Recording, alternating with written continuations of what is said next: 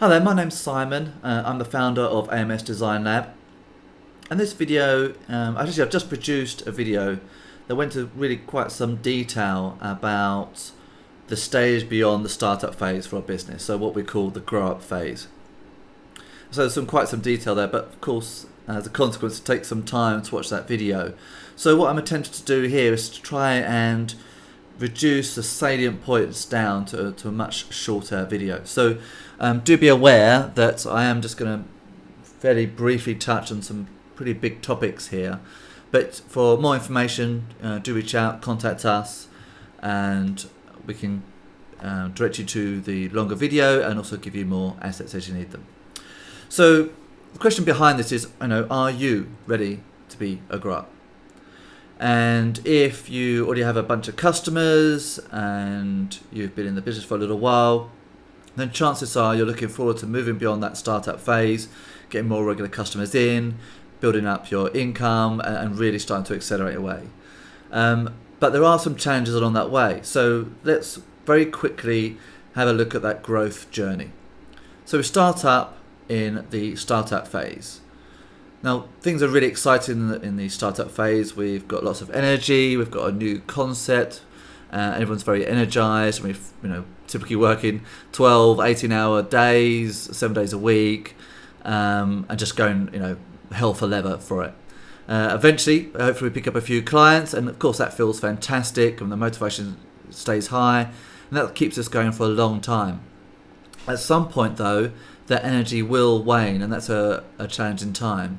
The other challenging time is actually when you do really well, when you actually get some customers in. At some point, you're going to need to change your structure.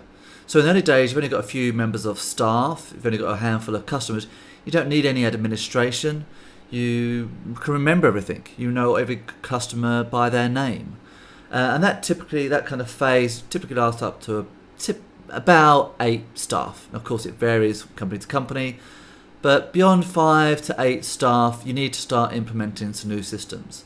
And that's kind of usually the start of the next phase, which we call growing pains. At this stage, you're going to hire new staff, you might hire project managers, customer service staff, administrators, etc., all of which will not actually add any income to your business. They may help deliver your business, but they're not actually going to help increase your income. And sadly, what you'll find is that you've got twice as many customers now, which is great, but you're actually earning half as much profit, if any. In fact, many companies now realize or now find out actually they're not profitable. And how can this be? Because they've got more customers. Well, it's because they now have to pay for rented offices. They now have 10, 12 staff to feed, and you've got salaries to pay. Whereas in early days, you probably weren't paying yourself a salary, just getting income from the customers as and when they arrived. So there's a lot of challenges there, and they are very significant. I actually wish I'd called this something a bit more significant than growing pains. It trivialized it. This is really profound. This is where so many businesses go under. Myself have gone through these growing pains, and it nearly killed us. It nearly killed us as a business. It certainly didn't do me any favors for my health. It was incredibly challenging, difficult time, and I'll go into that in a bit more detail in perhaps another video. Now, if you do get through the growing pains, you can really absolutely take off. But to do that, you need quite a few assets to get you through that pain point. But if you do, the rewards are massive. You're probably going to have a product-led marketing strategy. That's one of the assets you'll need. You'll be highly efficient. Clients will largely be self-managing, particularly the sort of low to middle price point. You'll then start to increase your profit per customer. You'll increase profit per head in the company. And you'll go through a phase of significant growth. So let's have a look at the growth diagram. And whilst every business, every industry is different, there's a huge amount of similarity across all of them, alarmingly so almost. So here we are at the start, we're in the startup phase. We've just been talking about, we've got lots of energy, you start to get some customers. Right about now, things are looking great. You feel like you're on to something big, then you get to a kind of critical point. You can't take any more customers on. You can't deal with them. You hit what we call the wall. Now, you need a lot of assets to get through that wall. Okay, now if you do, then you get to the high scale growth on the other side. So let's have a look at those assets in a moment. But what we want to do is jump from here to here as quick as possible. I kind of call it the fast track, or what we really want to do, an ideal one, we want to hit this hyperspace button and teleport ourselves past this wall of doom and gloom and potential bankruptcy, where things are exciting again, we've got lots more customers and we're more efficient, and things are just fantastic.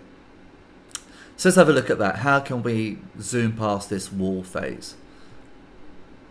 So let's have a look at the assets. So you're going to need a brand. Now in the early days, you probably put together a logo, maybe you employed some marketing agency to put together a little brand bible or some sort of graphic assets. Great. And here's the bad news. In those early days, you have no way of knowing who your customers are, or what they need, or what services you need to be providing them. Right? Because you just don't know. You're a startup. Now, as you get towards a grow up, you will start to know this stuff. At that point, you actually need to put your brand together. Now, I know that's perhaps uncomfortable hearing for many people. The last thing in the world they want to do is to go back and reinvest money, time into putting that brand together. But you may well need to. And you'll know if you need to or not. I think you'll be aware of it. This is where a lot of companies change their name, etc., because they need to, because they now understand exactly who they're aiming for. So if you haven't got that in place, that's something you're going to need to do. Then you're going to need to come up with a product funnel or product tree, a range of products, from gifts through to P4Ps, product for prospects, to low-cost items, to your core services, to your catwalk pieces, which are the high-priced items. You're going to need some marketing material to help you publicize and promote those products and services that you have. There'll be landing pages, email autoresponders, sales leaflet, etc. You're going to need a database to capture all your prospects' information from people that offline sales, people that purchased with you before, people that want to grow an email database. You want to also have a database of people that visit your website, and you can create a database of people that come to your website even if they've not given you their email address. And that's a critical audience that you need to communicate with, because not everybody's going to hand over their email address to you. I don't like doing that. I know there's millions of others that are the same, but you still need to communicate with those people. So you need to be able to do it. You need to be able to communicate with anybody and everybody that has visited your website. And as you grow, as we go more further along this grow up route, then you need to actually segment your audience. And you're going to segment those for people that have, everybody that's visited your website, people that's maybe at your blog pages, people that have watched your videos, people that watched 10 videos or more, people that have read a blog, people that have read 10 blogs or more, people that have opened your emails, people that have purchased your low-cost items, that people that have downloaded your ebook. You're going to need a whole kind of library of audience segmentation so that you can then communicate to them with the right information. Now, there's lots of things here, but this is actually what we do. We actually come from a graphics background, so we have done lots and lots of brands and logos and corporate identities over the years.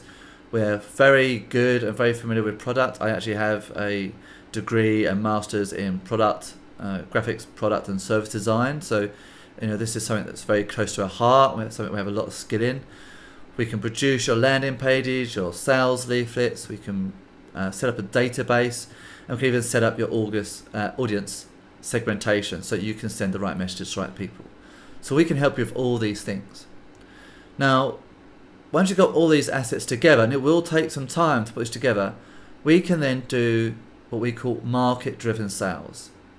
Now, you're going to have a few different kind of products, and some of the kind of sales revenue models you're going to want to have is you're going to want an evergreen model, something that is on sale all year round, that by and large is something that's suitable and desired by the market. Of course, for every company, every industry, that's different. You're also going to want to have some time-specific offers, products or services which are one-time offers. Buy them now or miss out forever. Okay. You're also going to want to have some recurring revenue. And this is for your sanity. So you actually have some baseline sales, usually sold on a monthly package. So you have those that kind of basic threshold of income, even through months where you're not traditionally a good month for you, because every industry has good months and bad months, has seasons. You're going to want that to get through those dark times or those challenging months, so you can pay the salaries, pay your mortgage, pay your office rent, etc.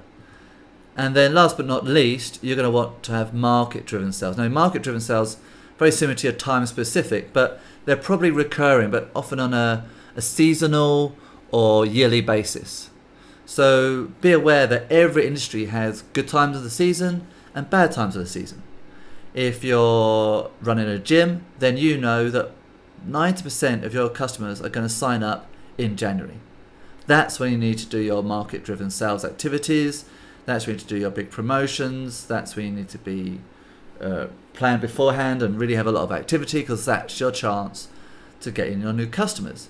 It doesn't matter what you do in come March, April, there's very few people looking to join a gym at that stage, and your efforts are going to be largely unrewarded.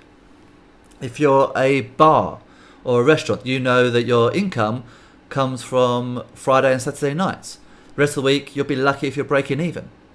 So be aware, every industry has that, and if you don't know that now, then that's something you need to look at and be aware of, so you can then plan your marketing strategy accordingly. So let's have a look at this in a graph form. So your core products and services, again, be different for every industry. This is one of our customers. They have a buoyant period around sort of December, January, turn of the new year. Then things slacken off a little bit. They improve a little bit around April, and then they also improve quite a lot just after people take their summer holidays in June, July. So July, August, September are good months for them. But those core products are on sale throughout. So whilst we won't turn those core services off, what we can do is kind of repackage those core services to be kind of market driven. And so let's use an analogy here. So I know somebody that runs properties. They run Airbnb properties. With the same property, they market the same property to 5 different groups. So they'll market that property on a weekend getaway. And then if you buy that property, you arrive, there's a bunch of roses on the desk, there's a glass of bottle of champagne, there's a nice little note. Nice little touches like that which really help aid and improve the whole experience. They also sell that core product, the core product being the property, to corporate lets. Now for them, what they do is they have a travel card with £10 of travel on there. They have a tube map. They have a list of the local takeaway restaurants and some other things which can appeal to that audience. And they do that time and time again. In this case, they have 5 different groups that they've identified, and they create products and services for them. Now, they'll know that certain times of year are times when to push one of those and not the other. And by doing that, you get this income. So you're going to have income, just a much more exaggerated view, because you've tailored it to your market. So now, whilst you're just getting a little bit of an increase in December, January, you're now getting a big increase. You're now getting a big increase in July, August, because you've promoted it around the right wording, the right messaging, and the right offer at that specific time. And last but not least on our graph is recurring revenue. This is your monthly newsletter, it's a training program, it's an online website, or whatever it might be. And that's going to have very little fluctuations throughout the year, but it's going to be a nice, stable product which is going to give you that underlying income, which we all need as well. So that's the kind of structure that you want. So these are assets we looked at before. Once you put all these assets into your business, that's when, and we marry that with that market-driven approach, that's when your business really, really takes off. So if my stopwatch is correct, that's about a 15-minute, very brief overview of how companies move from the startup phase into the grow up phase. If you're interested in watching our more detailed video, where we're going to cover the same subjects but in a lot greater detail, where it can give you a lot more information, help you bridge that wall and move forward into that higher growth phase, then just enter your details below and I'll get that sent over to you. You can check that out, and if you have any questions, then you can just send them over to us and I'll be happy to respond. Also, if you actually want to have a one-to-one meeting with me, then we can arrange that and we can go through, learn a little bit more about your business, your specific challenges, and outline a package and a program and some assets going to help you take your business through to the next level. Okay, so that's all from me. Please enter your details below. We'll get that long version of the video over to you soon, and I look forward to speaking to you again, hopefully in the near future. Bye for now.